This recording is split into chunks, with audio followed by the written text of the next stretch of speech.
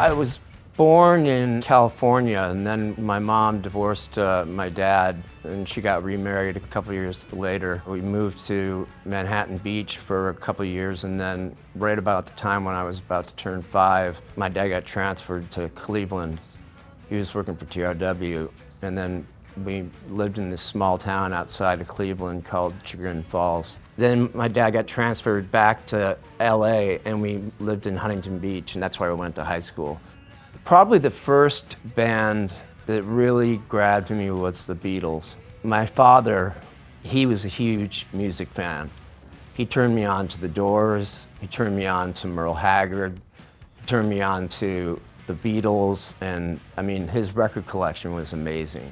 He was a huge influence on me. He also sang all the time and had a great voice, and so I would sing along with him. And I also sang in the choir too.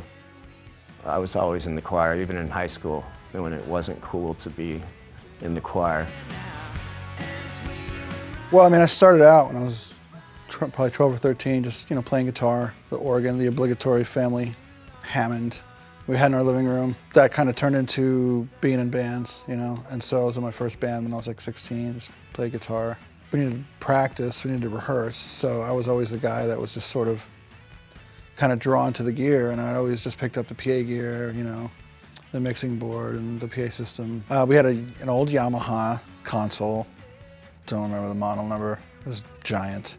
One of our friends' moms sort of gave us some money, to go buy a PA, and helped us. And we had a PV PA, like giant folded horn thing, I think it was. And then, it was all PV speakers. Yeah, real quality.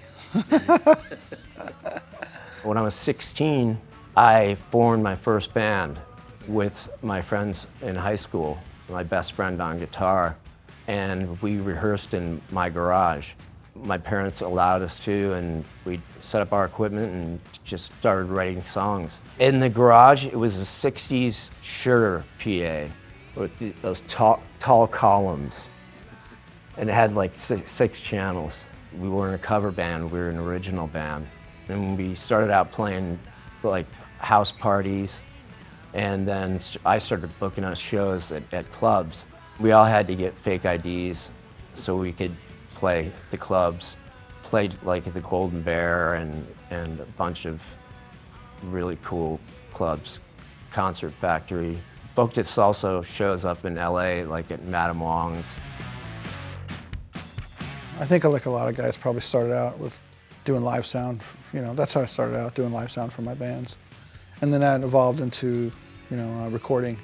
And then once I sort of, live sound for me was very rewarding because it's the energy, you got one shot. If you screw up, there's no second take, there's no mixing, there's no mastering, it's there.